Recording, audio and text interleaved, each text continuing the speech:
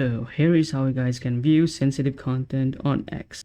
So first open up the X app and make sure that your profile is 18 plus. So you can tweak the profile, go to edit profile, and you can change your birthday by going on editing this. So you can change the birthday as well, and you can become 18 plus. So once you guys have done that, you can go back and then tap on your profile icon once again, then go to setting and support, setting and privacy. Then you'll need to scroll down and tap on this privacy and safety and content you see. Then from here you will need to go to sensitive media, and you can see that you have set this on warn or like never show this. So you need to tap on show all, and adult content if you wanted to, then still it's a sensitive, so you can show all, and order warning, so you can show all as well.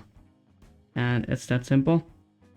So you're not done yet because you need to still log into your browser. So I have login on my browser on my X profile. Now tap on your profile, then once again go to setting and privacy and safety, and then content you see, and make sure that you guys have checked this button here.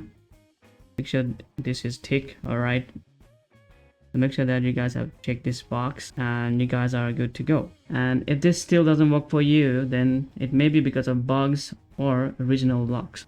So this is how you should view sensitive content on X. So see you guys in the next one. Peace.